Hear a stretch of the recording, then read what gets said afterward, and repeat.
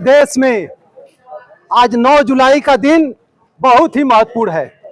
यह 9 जुलाई का दिन सिर्फ देवरिया में नहीं, भारत के कोने कोने में जहां फैक्ट्रियां चलती हैं, जहां खेतों में काम करने वाले मेहनत कश हैं, पूरे देश के अंदर जहां पे भी उत्पादन होता है, सुई से लेकर हवाई जहाज का उत्पादन होता हो, चाहे बीज से लेके और शानदार शानदार वो रसगुल्ले तैयार होते हो, ये सारे चीजों का उत्पादन करने वाला मजदूर और किसान है। मजदूर और किसान इस पूरे भारत को ही नहीं, पूरे दुनिया को चमका रहा है। लेकिन आज भारत के देश में जब अमृत महोत्सव मनाया जा रहा है, 75 साल पूरा होने पर, उस वक्त हमारे देश की तथाकथित राष्ट्रवादी सरकार हमारे देश में मजदूर विरोधी 4 श्रम कोड स्थापित किया है। 4 श्रम कानूनों का मतलब है कि मजदूरों को जो हजारों कुर्बानियों के बदौलत जो मजदूरों ने 8 घंटे काम, 8 घंटे आराम और 8 घंटे मनोरंजन का बंटवारा किया था, लेकिन यह जो बड़े शहादत के बाद जो आज मजदूरों को कानून में 8 घंटे का काम का गारंटी मिला था, उस गारंटी को खत्म करते हुए बेशर्मी के साथ हमारे देश में 12 घंटे काम की योजना बनाई जा रही है। 4 श्रम कोड संहिता के तहत हमारे देश की सरकारें मजदूरों को काम पे रखेंगे या तुरंत निकाल फेंकेंगे, कोई गारंटी नहीं रहेगी। अगर उनको साल भर के लिए रखते हैं तो रोज रोज काम मिलेगा कि नहीं मिलेगा, इसकी कोई गारंटी नहीं रहेगी। ऐसे समय में 20 तारीख को तय था, लेकिन बाद में वह जब यह घटना कश्मीर में हो गई तो देश के मजदूरों किसानों ने सोचा कि इस आंदोलन को हम 9 जुलाई को करेंगे। पूरे राष्ट्रव्यापी पैमाने पर देवरिया से लेकर पूरे देश के मजदूरों ने 9 जुलाई को राष्ट्रव्यापी यह आंदोलन शुरू किया है, जिसमें यहाँ तमाम तरह के किसान मजदूर संगठनों के लोग आप लोगों के बीच में आए हैं। तो उनका यह मतलब नहीं है कि आप तत्काल कोई मांग पूरा ही कर देंगे। हम लोग यहाँ इसलिए जुटे हैं कि आप समझिए, सोचिए कि जो मजदूर किसानों के साथ हो रहा है, यहाँ के वकीलों के साथ भी होगा, यहाँ के मुकीलों के साथ भी होगा, दुकानदार और ये खुमचे वालों के साथ भी होगा।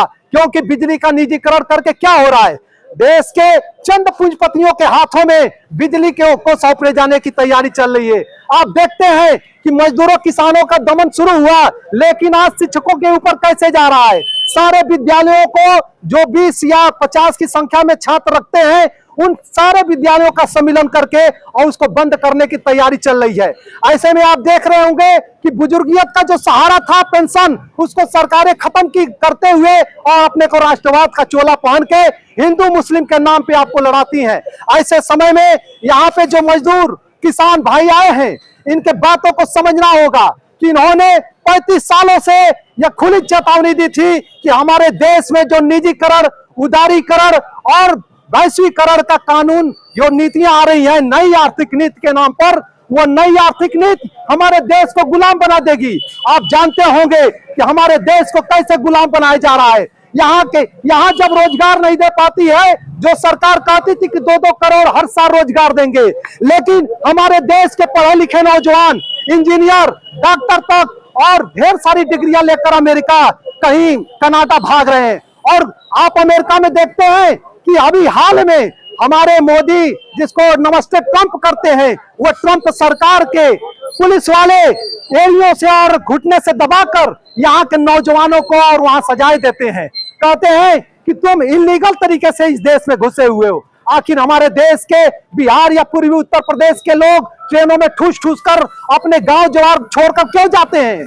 यह सीधा साधा तमाचा है इस देश के राष्ट्रवादी सरकारों के ऊपर, जो कहने के लिए तो राष्ट्रवादी समझते हैं, लेकिन यहाँ किसान रोज बरोज आत्महत्या कर रहा है, रोज बरोज मजदूर आत्महत्या कर रहा है, रोज बरोज नौजवान जो सर्टिफिकेट लेकर घूमता है, उसके सर्टिफिकेट फट जाते हैं। और भ्रष्टाचार का जो आलम है, जिसके नाम पे सरकार आई थी, भ्रष्टाचार विरोधी आंदोलन के नाम पर, पूरे के पूरे हर जगहों पे थाने, पुलिस, कोर्ट कचहरी, हर जगहों पे बिना घूस के काम चलने वाला नहीं है। ऐसे में जहां मतलब आसमान छू रही हो महंगाई, जहां भीषण भ्रष्टाचार हो और आजादी के 45 सालों में रिकॉर्ड तोड़ जहां पे बेरोजगारी बढ़ी हो, ऐसे समय में हम क्या करेंगे? क्या सिर्फ हम वोट का थप्पा लगाते रहेंगे? क्या हर 5 साल पर इंतजार करेंगे कि इस बार इनको विधायक बनाएंगे? 75 सालों से हम लोग देखे हैं कि करोड़पति लोग ही जाके संसदों की शोभा बढ़ा रहे हैं, और उनको जब भी जन विरोधी, किसान विरोधी, मजदूर विरोधी नीतियां लागू करनी होती है तो इसी देश में 145 सांसदों को निकाल बाहर फेंका गया। कहा गया कि तुम बाहर रहो और हम जो कानून बनाना होगा, जो नीति नियम बनाना होगा, हम अपने मन से बनाएंगे। ऐसे समय में यह मजदूर आंदोलन आपके लिए चेतावनी है कि इस समय देश एक अघोषित आपातकाल में चल रहा है। अघोषित आपातकाल का मतलब है कि सारे नियम कानून जो हमारे संविधान में है उसको किनारे लगाकर मजदूरों, किसानों के ऊपर उसी गुलामी के जमाने की याद दिलाई जा रही है जिसको औपनिवेशिक कानून के तहत हम जानते हैं।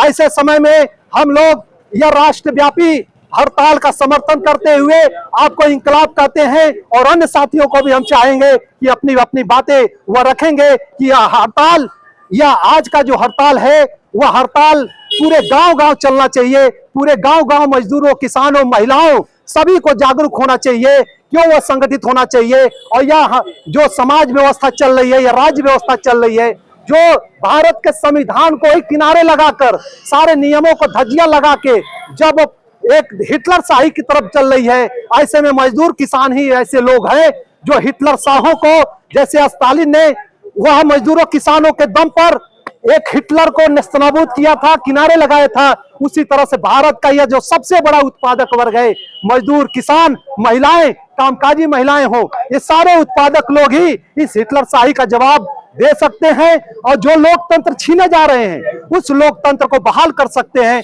इसी के साथ इंकलाब जिंदाबाद।